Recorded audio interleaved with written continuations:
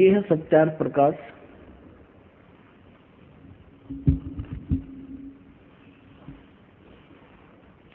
और ये है महर्षि दयानंद। अब देखो इनके इस चित्र को देख आदमी कटका मर जाए इसके ऊपर है। अब बड़ा विद्वान था, ओहो बड़ी साधना करता होगा। और अब इसके ज्ञान को दिखाएंगे आपको। ये कहाँ से छपा है? ये है सत्यार्थ प्रकाश है। इसके विषय में क्या लिखा है कि वेद आदि विविध सद शास्त्र प्रमाणी संवंत, यानी वेद आदि विविध सद शास्त्रों के प्रमाणों के साथ इसकी रचना की गई है। किसने की है? श्रीमद परमहंस परिव्राजक आचार्य महर्षि दयानंद के आगे इतनी लंबी फीत, और फिर महर्षि दयानंद, और फिर सरस्वती और स्वामी विरचित है। अब इसके फीत इतनी बड़ी लादी, श्रीमद परमहंस परिव्राजक आचार्य महर्षि दयानंद सरस्वती स्वामी विरचित है। इस स्वामी जी द्वारा लिखी गई पुस्तक रची गई है। और प्रकाशक है वैदिक यति मंडल दयानंद मठ दीनानगर पंजाब से। और ये छपी कहाँ से है?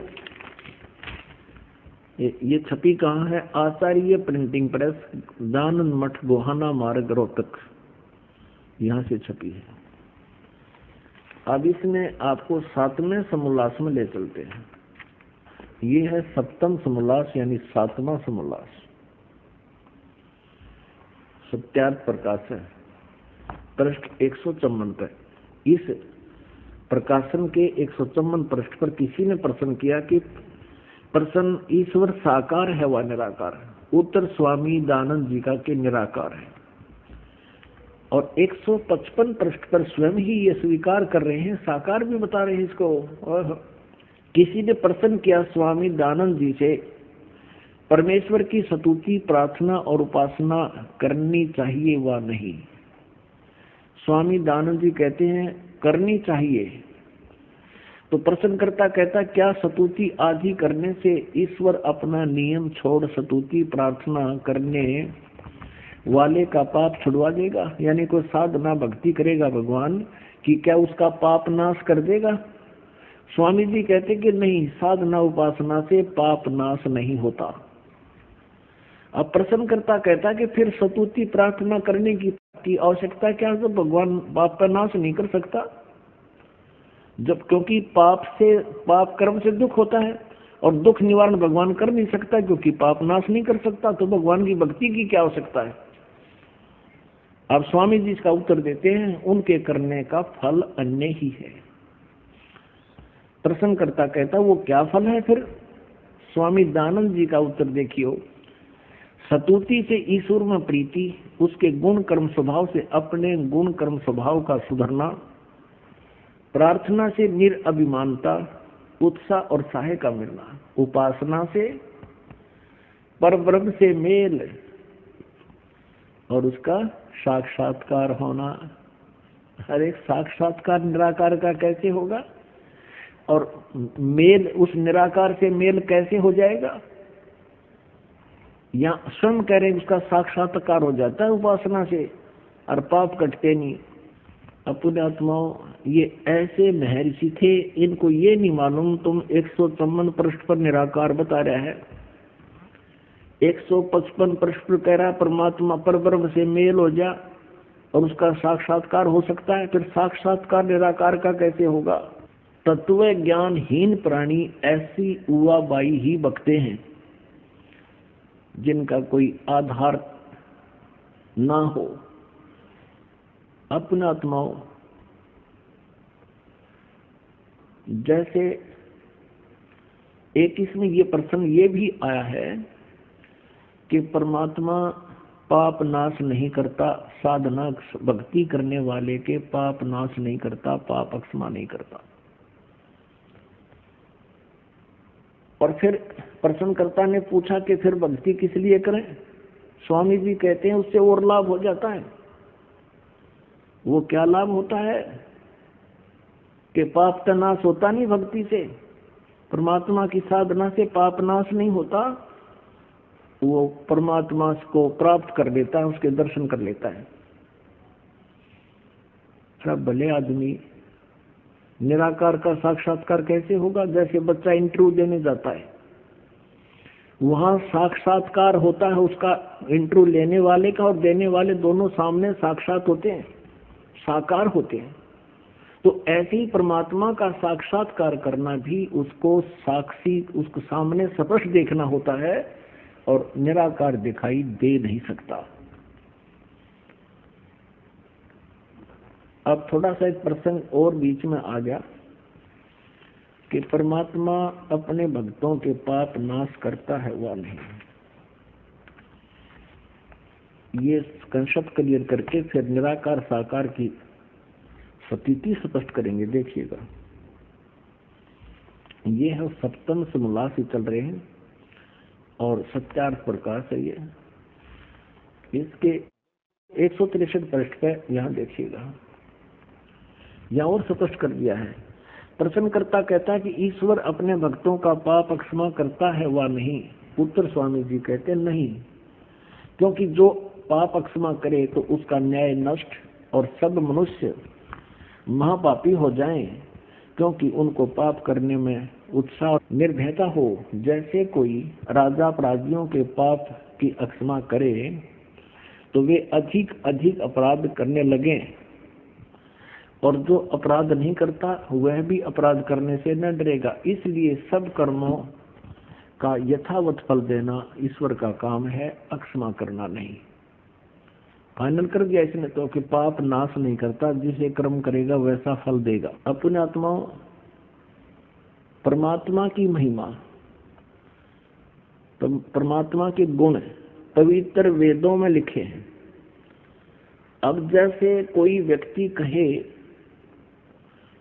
कोई प्रश्न करता है किसी को जिसने अपने मकान के सामने बहुत बड़ा बोर्ड लगा रखा है, MBBS MS, और उससे कोई पूछता है कि क्या औषधि खाने से रोग नाश हो जाएगा, और वो सामने वाला जो इतना लंबा बोर्ड लगाए बैठा है, दुकान खोल रहा डॉक्टर की, और वो ये कहे कि नहीं औषधि खाने से रोग नाश नहीं होता। अब सामने वाला कहेगा फिर औषधि खाने की आवश्यकता क्या है जब रोग नहीं कटे, रोग ही नहीं कटेगा। तो वो सामने वाला, वो नकली डॉक्टर वैद्य जवाब क्या देवे कि औषधि खाने से रोग तो नाश नहीं होगा लेकिन पहलवान बन जाएगा। तो क्या वो डॉक्टर है? क्या वो वैद्य हो सकता है? वो तो कोई गुट्टी लाए बैठे है, हर नकली बोर्डदार है जो ये शब्द कहेगा कि औषधि खाने से रोग नहीं कटे, और फिर वो औषधि खानी चाहिए। किस लिए? क्या लाभ है?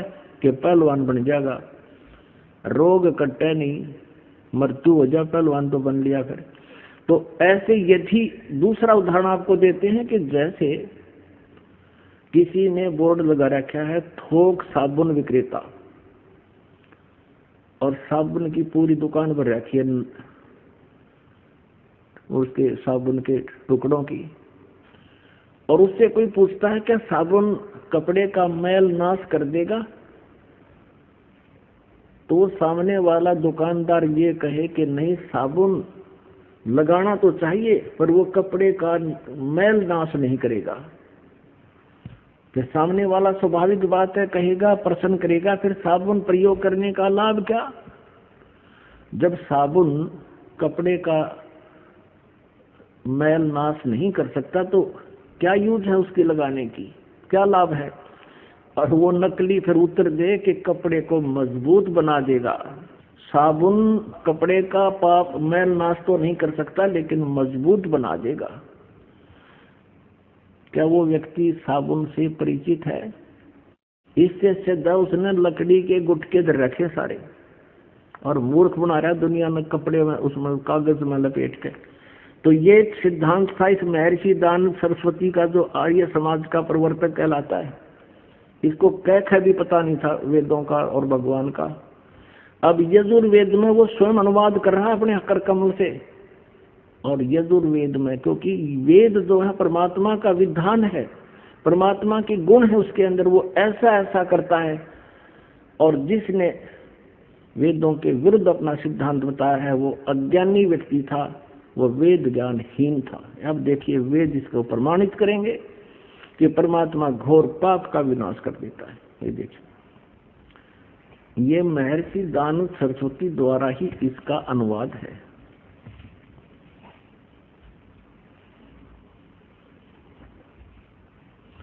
प्रकाशक है सार्वदेशिक आर्य प्रतिनिधि सभा 2/5 महर्षि दानव भवन रामलीला मैदान नई दिल्ली से।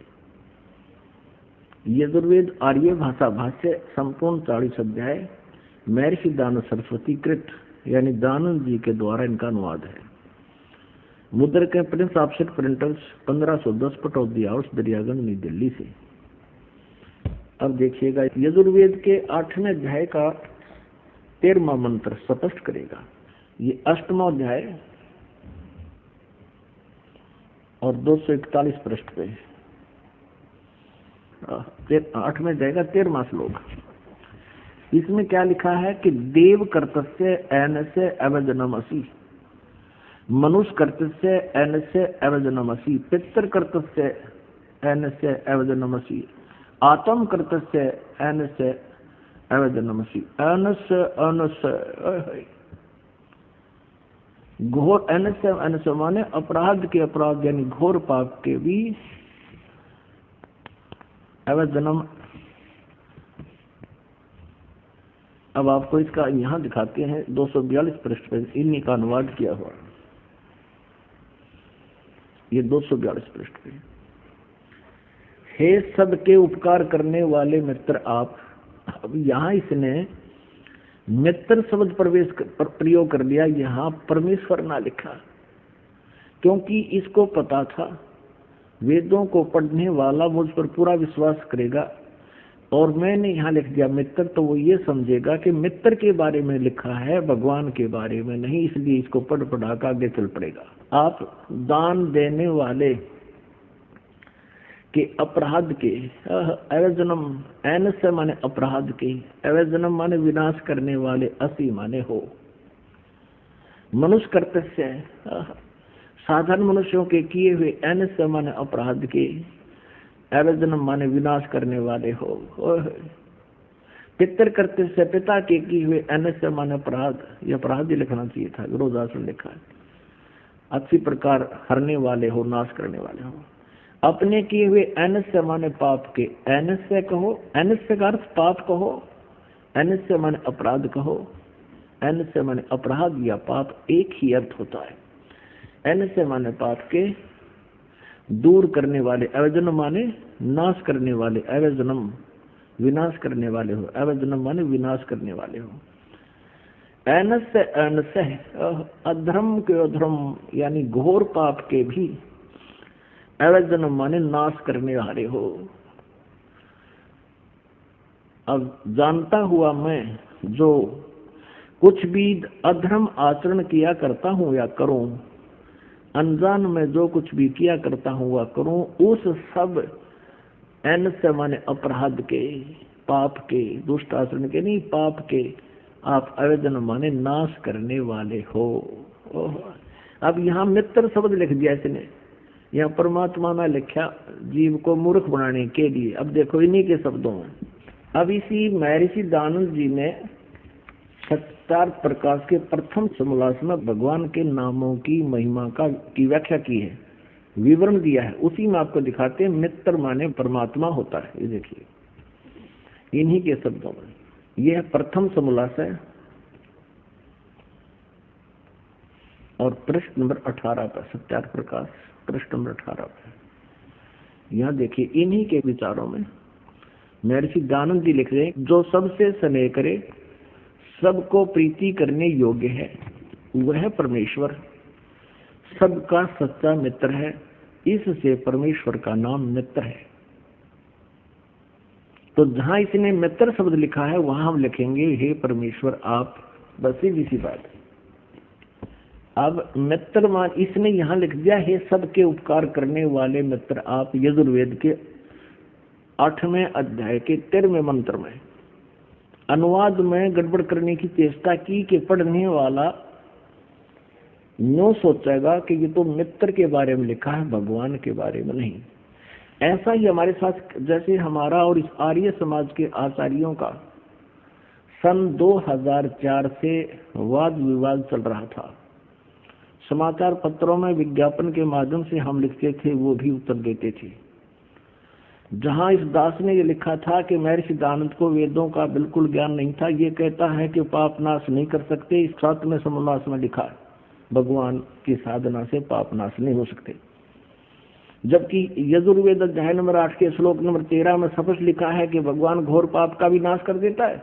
तो उन्होंने उत्तर दिया था कि रामपाल झूठ बोल रहा है। यजुर्वेद अध्याय नंबर 8 के श्लोक नंबर 13 के अनुवाद में महर्षि दयानंद ने मित्र के बारे में लिखा है, परमेश्वर के बारे में नहीं। यानी जनता को मूर्ख बनाना उनका उद्देश्य था, लेकिन वो भूल गए कि अब आज से 150 वर्ष पहले वाला भारत नहीं है। अब हम स्वयं शिक्षित हैं, परमात्मा ने दया बख्शी है, प्रत्येक भारतवासी आज अक्षर ज्ञान युक्त है और इनसे जिसा भी अनुवाद बना इन्होंने अनुवाद किया है, और इनसे नहीं अनुवाद हुआ वो ये दास करेगा और बता रहा है, क्योंकि सूक्ष्म वेद में वो पहले ही लिखा परमात्मा की वाणी में। अब देखो यही यजुर्वेद 8वें अध्याय का 13वां श्लोक,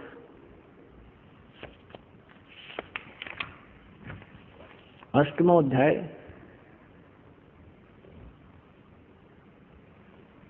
और ये हमने पढ़ा 13वां श्लोक मंत्र। इसके यहाँ पर ये अनुवाद किया स्वामी जी ने, तो यहाँ लिख दिया हे सबके उपकार करने वाले मित्र आप। हम यहाँ लिखेंगे हे सबके उपकार करने वाले परमेश्वर आप, दान देने वाले के, एन से माने अपराध मानी यानी पाप के विनाश करने वाले हो, साधारण मनुष्यों के किए हुए अपराध के विनाश करने वाले हो, पिता के किए हुए अनैसे मान्य अपराध के नाश करने वाले हो, अपने किए हुए पाप के दूर करने वाले यानी नाश करने वाले हो। एक तो इस महर्षि दयानंद की या थोड़ी ये विधान गलत सिद्ध कर दिया वेदों ने कि परमात्मा पाप नाश नहीं कर सकता, जबकि वेद स्पष्ट करते हैं परमात्मा घोर पाप का विनाश कर सकता है। तो इससे सिद्ध हो गया कि महर्षि दयानंद पूर्ण रूप से वेदों से अपरिचित था, अज्ञानी था। अब प्रश्न चल रहा है कि परमात्मा साकार है व निराकार।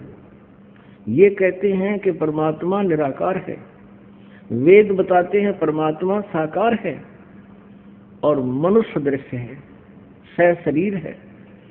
अब देखिएगा ऋग्वेद मंडल नंबर 1 महर्षि दयानंद जी द्वारा अनुवादित है। ये देखिएगा, ये प्रथम मंडल है, महर्षि दयानंद सरस्वती का अनुवादित है।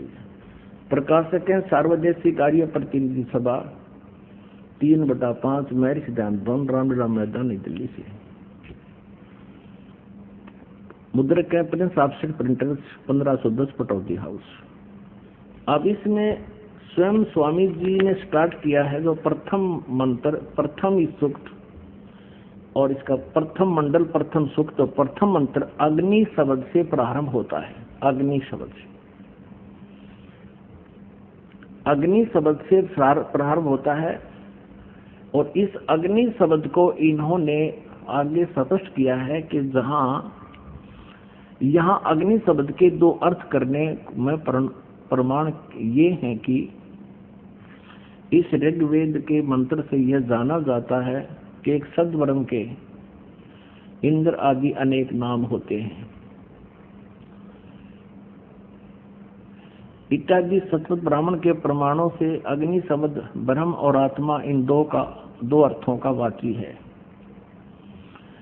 मैं अग्नि शब्द प्रजा शब्द से भौतिक और प्रजापति शब्द से ईश्वर का ग्रहण होता है। इस प्रमाण से सत्य आचरण के नियमों का जो यथावत पालन करना है सो ही व्रत कहता है और इस व्रत का पति परमेश्वर है। इस ऋग्वेद के प्रमाण से ज्ञान वाले तथा सर्वज्ञ प्रकाश करने वाले विशेषण से अग्नि शब्द करके ईश्वर का ग्रहण होता है।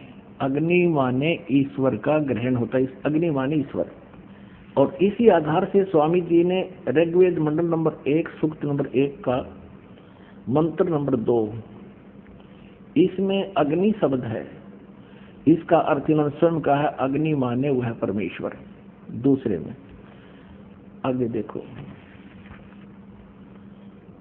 अब ये तीसरा मंत्र है ऋग्वेद मंडल नंबर 1 सूक्त नंबर 1 का मंत्र नंबर 3।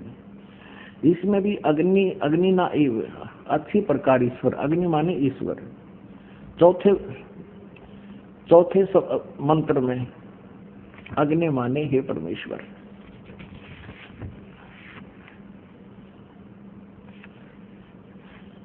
और 5वें में अग्नि शब्द नहीं है, छठे में देखिएगा, छठे में अग्नि माने हे परमेश्वर।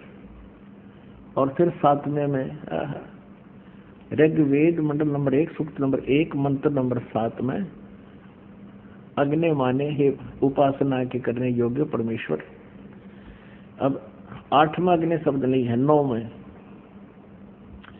अग्नि माने ज्ञान स्वरूप परमेश्वर। अब पुण्यात्मा, अब स्वामी दयानंद जी खुद अग्नि माने अग्नि या अग्नि का अर्थ कर रहे हैं कि अग्नि माने वेदों में जहां भी ये है वो परमेश्वर का ग्रहण होता है। और सत्यार्थ प्रकाश में भी भगवान के नाम को प्रमाणित करने के लिए इन्होंने अग्नि माने परमेश्वर ही शब्द का किया है। अब फिर दयानंद जी के सत्यार्थ प्रकाश में भी देखते हैं अग्नि माने ये क्या बताना चाहते हैं। देखिएगा, ये सत्यार्थ प्रकाश है और ये कहाँ से छपा है, ये आपको बताया था वैदिक कीर्ति मंडल, ये इसका प्रकाशक है मुद्रक आचार्य प्रिंटिंग प्रेस, दयानंद मठ गोहाना मार्ग, रोहतक से। इसके पृष्ठ नंबर 16 पर देखिएगा, सत्यार्थ प्रकाश। ओम और अग्नि आदि नामों के मुख्य अर्थ से परमेश्वर का ग्रहण होता है। ओम और अग्नि आदि नामों का अर्थ, मुख्य अर्थ से परमेश्वर का ग्रहण होता है। यानी अग्नि माने जहां भी हो परमेश्वर समझना चाहिए मुख्य तौर पर, मुख्य तौर पर।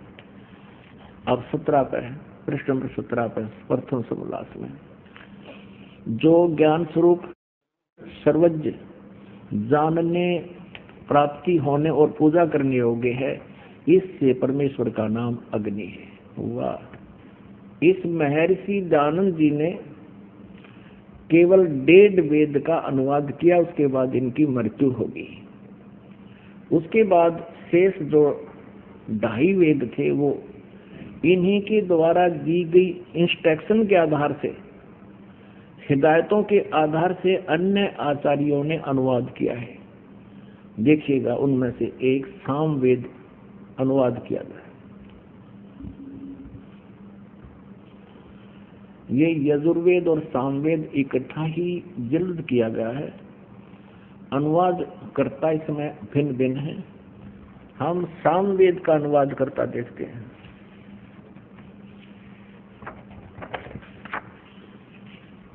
ये कहां से प्रकाशित है, ये देखिए, प्रधान कार्यालय दान संस्थान वेद मंदिर, महात्मा वेद भिक्षु सेवा आश्रम, मुखमेलपुर, दिल्ली, दूरभाष इतना। प्रकाशक हैं पंडिता राकेश रानी, अध्यक्ष दयानंद संस्थान, 2286 आर्य समाज मार्ग, करोल बाग, नई दिल्ली से। अब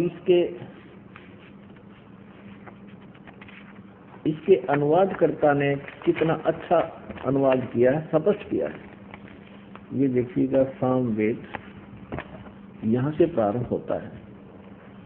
सामवेद भाषा वाचन, ये प्रथमो अध्याय है।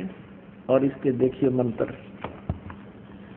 इसके प्रथम मंत्र में अग्नि माने हे ईश्वर, दूसरे मंत्र में अग्नि माने हे परमेश्वर, और तीसरे मंत्र में अग्नि माने ईश्वर को, यानी अग्नि माने ईश्वर, और चौथे मंत्र में अग्नि माने परमेश्वर, पांचवें मंत्र में अग्नि माने हे ईश्वर, और छठे मंत्र में अग्नि माने हे ईश्वर, और सातवें मंत्र में अग्नि माने हे परमेश्वर। जहां भी अग्नि शब्द है, और आठवें में अग्नि माने हे ईश्वर, और नौवें में अग्नि माने हे परमेश्वर। जहां भी 10वें में अग्नि माने हे परमेश्वर, जहां भी आप देखोगे अग्नि माने हे परमेश्वर, अग्नि माने हे परमेश्वर। ठीक है, अब हम आते हैं अपने काम की बात पर। अब ये तो कंसेप्ट क्लियर हो गया कि वेद में जहां भी अग्नि शब्द है वो मुख्य तौर पर परमेश्वर का ग्रहण होता है।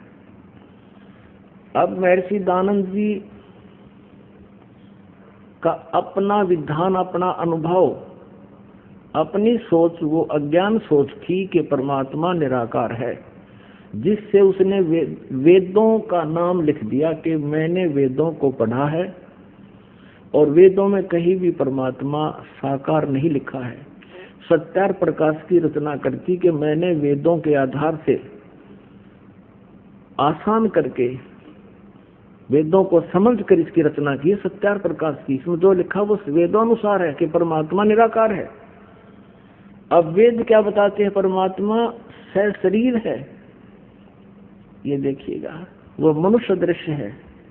ये यजुर्वेद महर्षि दयानंद सरस्वती द्वारा अनुवादित है। ये कहाँ से प्रकाशित है? प्रकाशक है सार्वदेशी कार्य प्रतिनिधि सभा 2/5 महर्षि दयानंद भवन, रामला मैदान, नई दिल्ली से।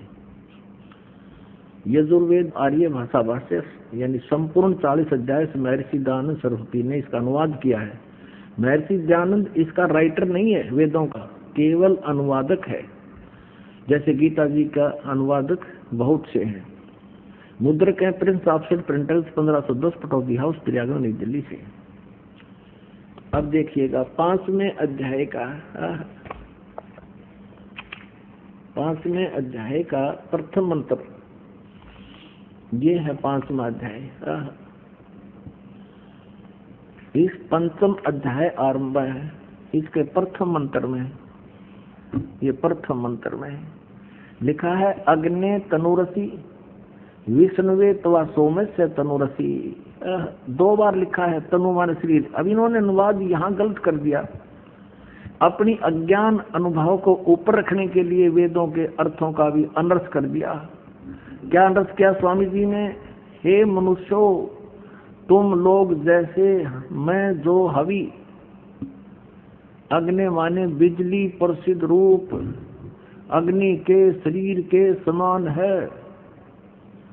हम बताए ये क्या अर्थ है इसका? सारी उम्र पढ़ लियो, इसका भावार्थ भी समझ में आ जाएगा। कहना के हिसाब है यहाँ पर, क्योंकि इसने परमात्मा को निराकार सिद्ध कर रखा था अपनी अज्ञान सोच से। अब वेद बता रहे हैं अग्नि तनुरसी विष्णु सोमस्य तनुरसी। तनु माने शरीर, अग्नि माने परमेश्वर। हे परमेश्वर, आपका शरीर है। असी माने है, तनु माने शरीर।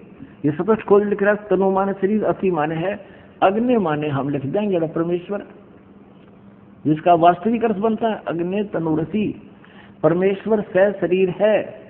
और यहाँ देखो विष्णुवे तवा, विष्णुवे तवा सोमस्य तनुरसी। विष्णुवे माने सबका धारण पोषण करने के लिए। गीता के अध्याय नंबर 15 के श्लोक नंबर 17 में लिखा कि उत्तम पुरुषत्व अन्य परमात्मा इति उदाहरते, यह लोग तरमावी से विभर्ती अव ईश्वर है।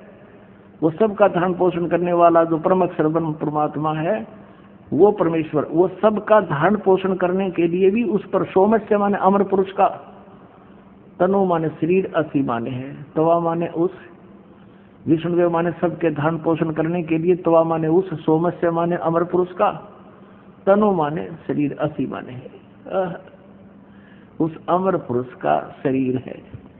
अपनात्मा जहां भी ये जो महर्षि कहलाते थे, ये नकली डुप्लीकेट ही न ज्ञान था नहीं ऋषि इसका वेदों का, इन्होंने इन वेदों के अर्थों का अनर्थ कर दिया। इसका एक प्रमाण आपको दिखाते हैं। प्रथम अध्याय का 15वां मंत्र वह इसने के बैठा बैठा रखे अनुवाद में, इस दयानंद जी ने, देखिएगा।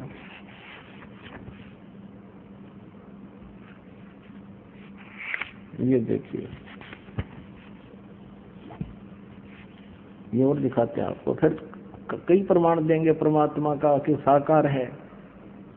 ये देखिएगा, यजुर्वेद भाषा भाष्य, और ये प्रथम अध्याय का, ये प्रथम अध्याय है और इसका 15वां मंत्र है।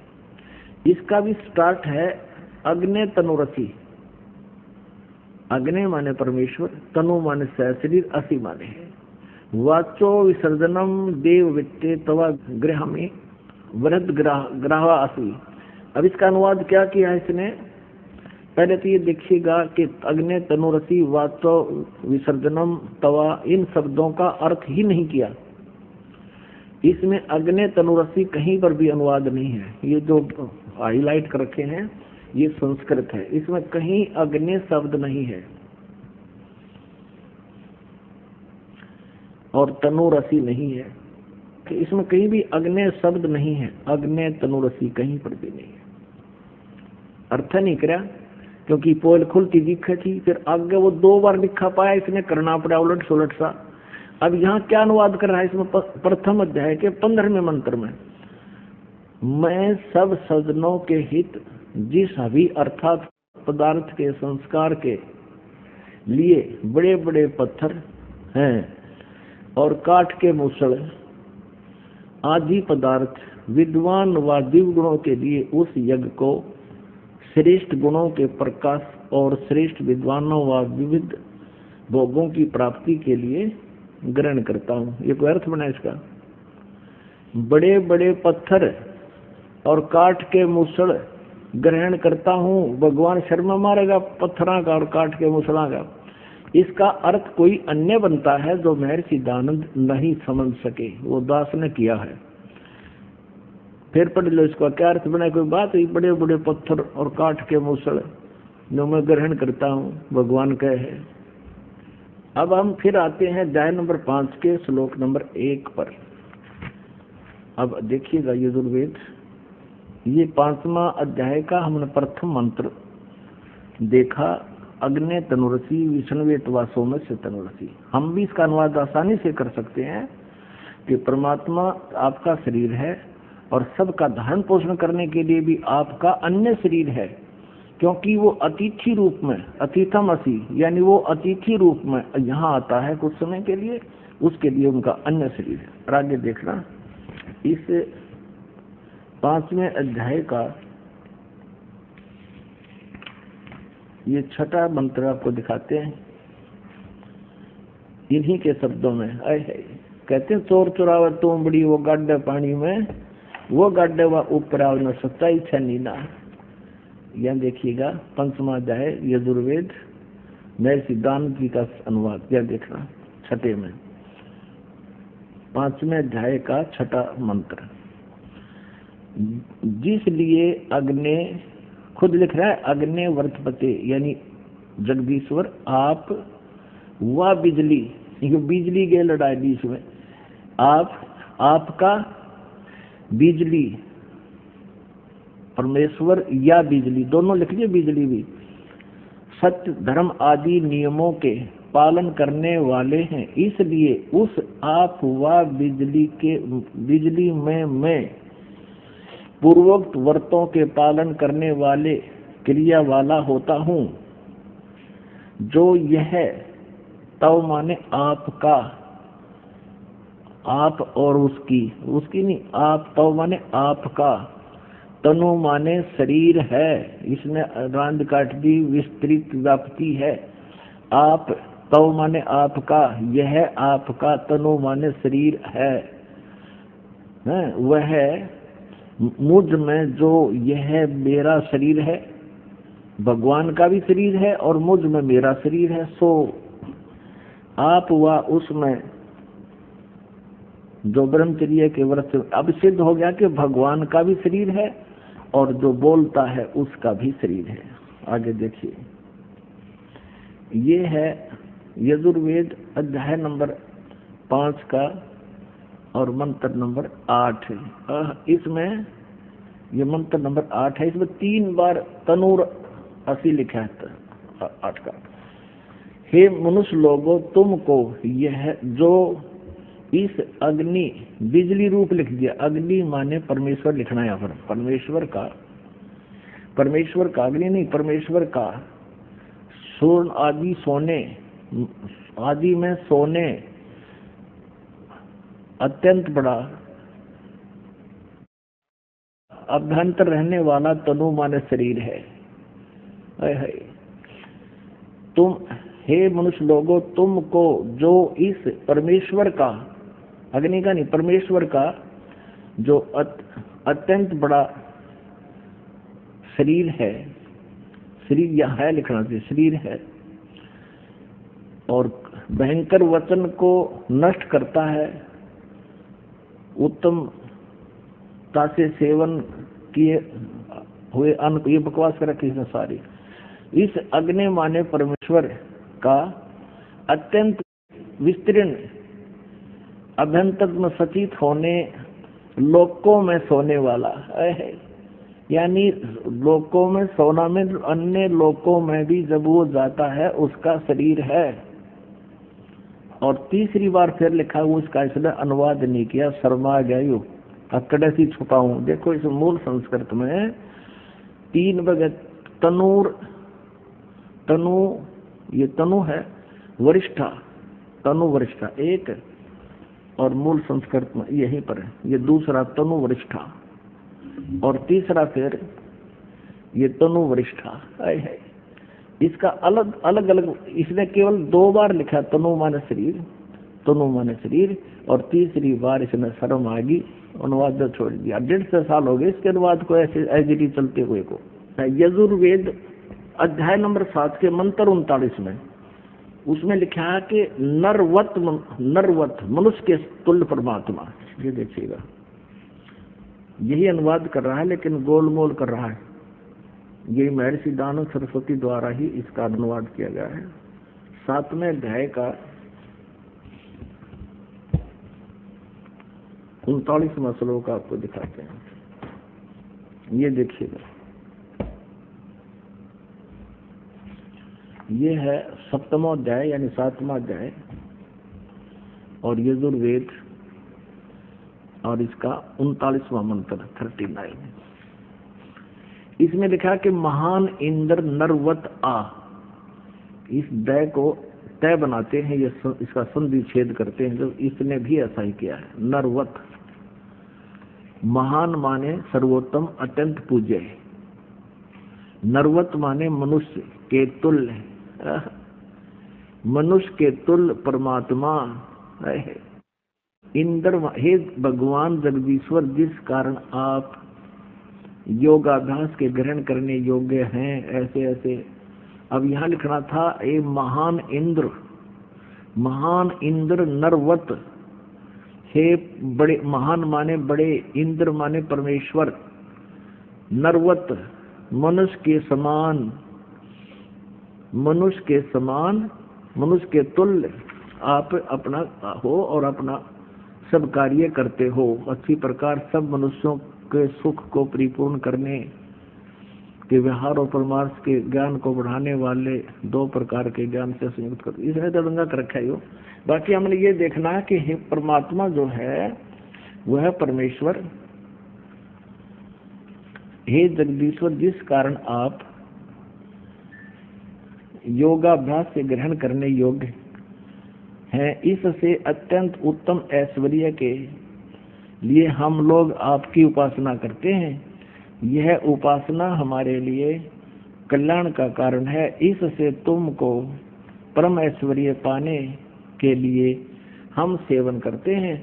जो महान इंद्र, महान सर्वोत्तम अत्यंत पूज्य, मनुष्य के समान के तुल्य अच्छे प्रकार, यानी इसका अर्थ ये कि वो परमात्मा आप आपकी पूजा करते हैं और आप मनुष्य के तुल्य हैं, आप परम पूज्य हैं। ये महान इंद्र। और दिखाते हैं आपको ऋग्वेद मंडल नंबर 1 और सूक्त नंबर 31 का मंत्र नंबर 17 में मनुष्यवत अग्नि, मनुष्य के तुल्य परमात्मा। ये देखिए ऋग्वेद, ये भी दानु सरस्वती का ही अनुवाद है, प्रथम मंडल। और ये कहाँ से प्रकाशित है? सार्वदेशिक कार्य प्रतिनिधि सभा 3/5 महर्षि सिद्धांत भवन, रामलीला मैदान, नई दिल्ली से। ऋग्वेद मंडल नंबर 1 सूक्त नंबर 31। ये देखिए ऋग्वेद मंडल नंबर 1 सूक्त नंबर 31 का मंत्र नंबर ये 17 है। इसमें सतुष है मनुष्यवत अग्नि, मनुष्यवत अग्नि, अंगीरसवत अंगीरा है। इसने क्या लिखा है? मनुष्यवत, मनुष्यों के जाने आने के समान मनुष्यवत, इसका अर्थ लिखा है इसने मनुष्यवत अग्नि। अग्नि माने परमेश्वर, हम स्पष्ट कर चुके हैं। मनुष्यवत माने मनुष्य के समान, मनुष्य के तुल्य परमेश्वर। आप सर्व अंग सहित हो और प्रत्येक युग में आते हो, पूर्व भी आते रहे हो। उस पूर्व की तरह एक बार आप फिर आइए, क्योंकि आप अपने, ये देखिए जैसे उत्तम पूर्वत मन पहले की तरह फिर से आइए। यह लिखना है, हे पवित्र प्राणों के समान धारण करने वाले परमेश्वर लिखना था, आज देख लिख दिया। हे पवित्र अंगिरह माने शरीर, शरीर धारण करने वाले, विद्याओं से सर्वत्र व्यापक, ये अग्नि माने परमेश्वर। अब पूर्ववत जैसे उत्तम पृष्ठा वाले, यहाँ देखो शरीर व्यापक प्राण वायु के सदृश, राज्य क्रम बकवास के गडरा किया है इसने। अंगिरसवत माने शरीर, शरीर की तरह आप जैसे आम व्यक्ति होता उस तरह शरीर धारण करते हो। और आप विद्वानों के अति चतुर मनुष्य को अच्छे प्रकार प्राप्त कीजिए। उस मनुष्य को विद्या आदि कर्म और प्राप्ति के लिए मनुष्यवत माने लिख दिया, मनुष्यों के आने जाने के समान, मनुष्य के समान लिखना था। और वो आप अपने जैसे पुरुष यज्ञ के साथ कर्मों को सिद्ध करते कराते हैं, जैसे उत्तम प्रतिष्ठा वाले विद्वान विद्या के देने वाले होते हैं। इसका वास्तविक अर्थ तो ये है, ऋग्वेद मंडल नंबर 1 और सूक्त नंबर 31 मंत्र 17 का स्पष्ट अर्थ ये बनता है, हे परमेश्वर आप मनुष्य के तुल्य हैं और आप पहले भी आते रहे हैं। उस पहले की तरह फिर उसी तरह उस सुंदर शरीर धारण किए हुए आप आइए। आप जो पहले यथार्थ ज्ञान देकर चले जाते हो, एक बार पुनः यहाँ आइए और हमें फिर से उस ज्ञान से परिचित कराइए। ये परमात्मा का विधान है। अब आपको दिखाते हैं ऋग्वेद मंडल नंबर 9 सूक्त नंबर 86 का और 26 और 27। ऋग्वेद मंडल नंबर 9 सूक्त 82 का 1, 2, 3। अब समय के अभाव के कारण इसको आपको बहुत शॉर्ट में समझाएंगे। ये देखिएगा ऋग्वेद मंडल नंबर 9, प्रकाशक हैं सार्वदेशिक कार्य प्रतिनिधि सभा, महर्षि सिद्धांत भवन, रामलीला मैदान, नई दिल्ली से। और ये छपा कहाँ से? यहाँ से प्रिंस ऑफसेट प्रिंटर्स, मंडल नंबर 9 सूक्त नंबर 86 का। ऋग्वेद मंडल नंबर 9 सूक्त नंबर 86 और मंत्र नंबर 26। यज्ञ करने वाले यजमानों के लिए परमात्मा सब रास्तों को सुगम करता हुआ उनके विघ्नों को, उनके संकटों को मर्दन करता है, नाश कर देता है और उनको पवित्र करता हुआ और अपने रूप को सरल करता हुआ, साकार हुआ, अपने रूप को सरल करता हुआ हल्का तेज पुंज का रूप बनाकर आता है। वह कांतिमान परमात्मा। इन्होंने कवि का अर्थ सर्वज्ञ कर दिया। यहाँ लिखना था वो कबीर है, वो कबीर देव है। ये कबीर शब्द है, हम इसको कबीर कहते हैं। कबीर वह को वह बोलते हैं, इसका अर्थ इन्होंने कवि कर दिया। और कवि बनाकर इसका अर्थ कर दिया सर्वज्ञ। यहाँ लिखना था कबीर देव। इन्हीं के शब्दों में पुण्यात्माओं, परमात्मा ने आपका जो जन्म अब दिया है मनुष्य का, स्त्री या पुरुष का, धन्य आपके माता पिता को जिनसे जन्म हुआ, क्योंकि अब हम परमात्मा को आसानी से पहचान सकते हैं। हम शिक्षित हैं और इन अज्ञानियों ने जो अनर्थ कर रखे उनको हम आसानी से समझ जाएंगे कि यहाँ इन्होंने गड़बड़ कर दी जान बूझ के। और आज शिक्षा का यदि कोई लाभ है तो भगवान पाने में सहयोग है, अन्यथा इस शिक्षा की कति आवश्यकता नहीं थी। इसने बेईमान बना दिए, हम एक दूसरे के शत्रु बना दिए, 24 घंटे मन में दोष रहता है और उसको अब सेट करने में बहुत समय लग रहा है हमारे को, लेकिन अब हो जाएगी, सारी सेटिंग भी हो जाएगी, ज्ञान हो जाएगा, परमात्मा से हमें घना लाभ मिलने लग जाएगा, तो हम सब बुराइयां त्याग देंगे। तो इस शिक्षा का अगर लाभ है तो परमात्मा पाने में अति सहयोग है। इसके लिए आपको दिखाते हैं कि जहां जैसे कवि लिखा, कबीर लिखा, तो वह लिखना चाहिए था अनुवाद करता ने कबीर देव। जैसे इस यजुर्वेद है, ये देखिएगा, ये महर्षि दानव सरस्वती का अनुवाद है। ये एक यजुर्वेद पुस्तक है, इसके ऊपर रह लगा है। यहाँ अगर 2 अपसर्ग लगा दी जाए तो भी ये यजु, अगर ये अकेला शब्द भी कहीं पर है, ये वेद ना लिखा हो, तो भी इसकी महिमा कहीं हो रही हो, तो हमने यजुर्वेद लिखना पड़ेगा। ये देखिएगा महर्षि दानव सरस्वती ने भी ऐसा ही किया है। प्रकाशक है सार्वजनिक कार्य प्रतिनिधि सभा 2/5 महर्षि दानव रामला मैदान नई दिल्ली से। ये दानव सरस्वती का ही अनुवाद है और इसके 36वें अध्याय का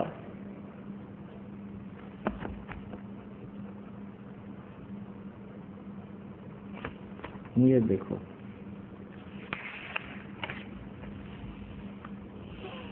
ये यजुर्वेद भाषा भाष्य है और ये है 60 अध्याय 36वां अध्याय।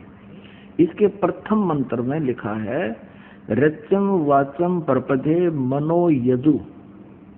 ये यजु लिखा है, यजु, और ये यजुर्वेद की महिमा है। तो यहाँ इस दानंद ने अनुवाद करते समय यहाँ ठीक अनुवाद किया है। यहाँ लिखा है, इस यजु का अर्थ लिख दिया यजुर्वेद को। ओह, बहुत ठीक किया, यजु शब्द लिख दिया, इसका यजुर्वेद लिखना पड़ा इसने, क्योंकि यजुर्वेद की महिमा चल रही है। और यदि यहाँ यजु का अर्थ कुछ अन्य कर दिया जाए तो यजुर्वेद को कैसे पहचानेंगे, किसकी महिमा है ये। ठीक इसी प्रकार अब हम आते हैं ऋग्वेद में। अब हम इसी प्रकार अब हम ऋग्वेद में जहाँ परमात्मा कवि, इन्होंने कबीर लिख दिया, कबीर को कवि कर दिया, उसका अर्थ सर्वज्ञ कर दिया, गलत कर दिया। यहाँ लिखना था वो कबीर देव है, वो कबीर साहब। हम कबीर साहब के, देव माने साहब कहो, भगवान कहो, अल्लाह कहो। ये देखिए ऋग्वेद। अब हम ऋग्वेद पर आते हैं, क्योंकि बीच में ये कंसेप्ट क्लियर करना था, इसलिए यजुर्वेद लिया था बीच में। ये वही है, यहाँ से ये छपा है, प्रकाशक है। अभी हम पढ़ रहे थे इसको, वही है। ये देखिए ऋग्वेद मंडल नंबर 9 सूक्त 86 का मंत्र हम 26 पढ़ रहे हैं। देख कितना स्पष्ट है इसमें। ये कबीर लिखा, कबीर अत्यय, तो इसको इन्होंने ऐसा लिख दिया,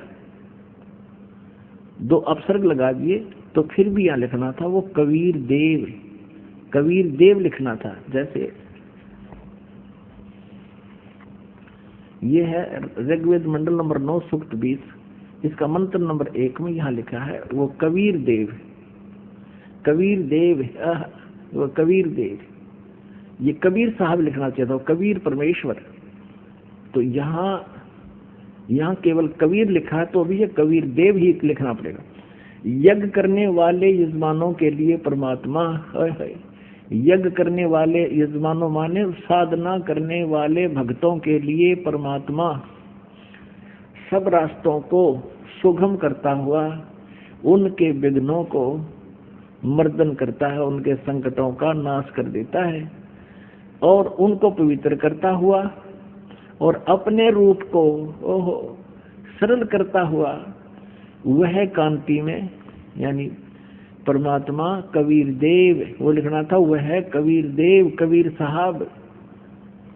विद्युत के समान क्रीड़ा करता हुआ, यानी बहुत शीघ्र गति से चलता हुआ वर्णीय पुरुष को प्राप्त होता है, श्रेष्ठ अच्छी आत्मा को मिलता है, गति करके वहां से चल कर आता है। ये देखिएगा। अब 27 में ऋग्वेद मंडल नंबर 9 सूक्त नंबर 86 मंत्र 27 में क्या कहा है कि प्रेम की वे, हम यहाँ लिखेंगे, जो परमात्मा प्रकाश पुंज परमात्मा, फिर यहाँ जो परमात्मा ध्रुवलोक के तीसरे पृष्ठ पर विराजमान है, एक देशीय है, एक स्थान पर रहता है। ध्रुवलोक के, उस तेजो में लोक के, सतलोक के तीसरे पृष्ठ पर विराजमान है, वो प्रकाश रूप है। यानी एक देशीय हुआ वो परमात्मा ऊपर ध्रुवलोक के, यानी उस सतलोक के तीसरे पृष्ठ पर, तीसरे स्थान पर विराजमान है, एक देशीय हुआ। आगे देखो, अब आपको दिखाते हैं ऋग्वेद मंडल नंबर 9 सूक्त नंबर 82 और मंत्र 1 2 3 में। ये देखिएगा, ऋग्वेद मंडल नंबर 9 सूक्त नंबर 82 और यहाँ आते हैं मंत्र नंबर 1। देखना कितना स्पष्ट लिखा है कि जो सर्व उत्पादक प्रभु, यानी सबकी उत्पत्ति करने वाला प्रकाश रूप, अरुषा माने वो साकार परमात्मा, सद्गुणों की वृष्टि करने वाला, हरि माने पापों का हरण करने वाला। अयोध्यानंद मठ कह रहा था पाप नाश नहीं करता, या फिर लिख रहे हैं पापों का हरण करने वाला, पापों का नाश करने वाला, वो है राजेव, राजा के समान। ये देखना, हम 269 यानी 269 पर यहाँ पर लिखा है तो राजेव, राजा के समान। इसका शेष है 270 पे, ये है शेष 270 पे। ऋग्वेद मंडल नंबर 9 सूक्त 82 का मंत्र हम 1 पढ़ रहे हैं, 270 पे। राजा के समान दर्शनीय है, दर्शनीय देखने योग्य है, राजा के समान साकार है, मनुष्य दृश्य है। वह पृथ्वी आदि लोक लोकांतरों के चारों ओर शब्दमान हो रहा है। वह वर्णीय पुरुष को, ओह श्रेष्ठ, वर्णीय माने श्रेष्ठ भक्त पुरुष को, व्यक्ति को, जो दृढ़ भक्त है उसको पवित्र करता हुआ प्राप्त होता है। जिस प्रकार विद्युत स्नेह वाले स्थानों को आधार बनाकर प्राप्त होता है, और वो उसका उद्देश्य क्या होता है ये देखिएगा दूसरे मंत्र में। वो किस उद्देश्य से आता है वो परमात्मा, ये कबीर शब्द है यहाँ पर। कबीर